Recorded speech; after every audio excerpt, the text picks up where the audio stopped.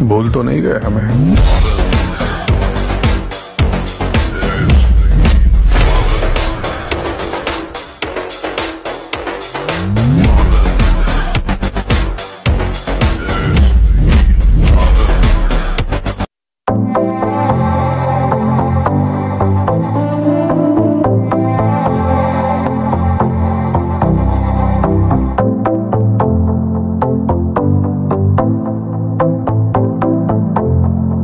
বলছি দাদা, আপনার ফোনটা হাতে পেয়ে কেমন লাগছে? আর সেই ফিলিংস একদম যাকে বলে।